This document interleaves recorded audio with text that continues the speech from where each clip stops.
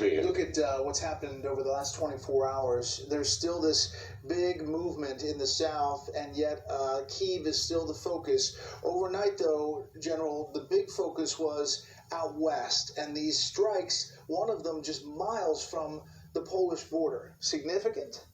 Yeah, well, what this is a part is they began to open up a campaign in the west here after 2 weeks of the war, which has largely been focused in the east, in the north, and the south, on the east side of Ukraine.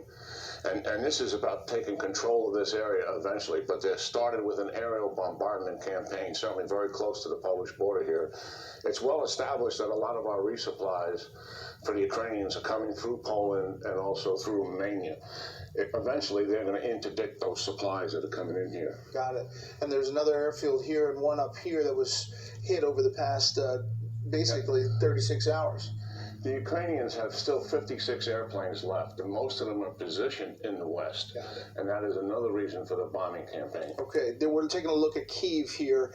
This is the central city, but it seems that this red is the Russian forces coming down. There's also a big movement this way, right? Yeah, there's two. Right, and where they are is right at the outskirts of the city now, and it's taken them almost 2 weeks to get there.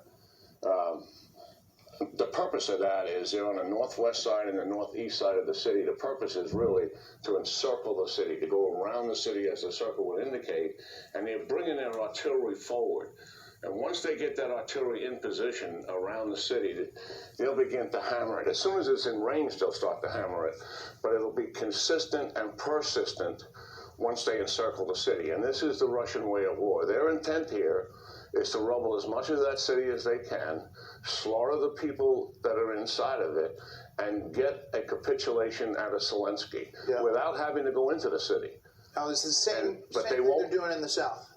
Exactly. This is Crimea. We saw the forces move out from here. But in Mariupol, that same philosophy is happening? Yeah. Mariupol is under siege. They've shut off all the water. They've shut off the power. They've shut off food coming into the city. And Mariupol is key because it's establishing a land bridge to Crimea. All the way down. And it cuts off the Ukrainians' access to the Sea of Azov. Over here in Odessa. Down here. Right. What they're attempting to do here is make certain that the entire Black Sea is cut off. I don't know why my finger doesn't work. Yeah, so they're trying to get the coast. Yeah, and this is going to be a major operation, and we're probably weeks away from an assault on it because they want to come by land, and they're also going to come by sea with naval infantry. This is not a fast operation throughout the country, but we're seeing a lot of different activity. I want to take you to a bigger map here. You talked about what's coming in and the effort to interdict it. That is going to start happening here?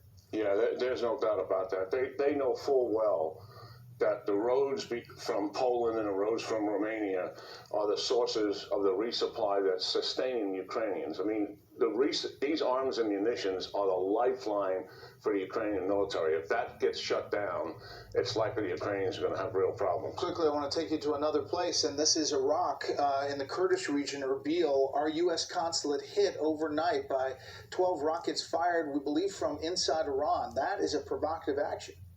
Yeah, and here we are negotiating a deal with the Iranians as we speak, and this is the fallacy of that deal. The deal does not cover Iran's malign behavior. Here's an indication of that malign behavior, and it does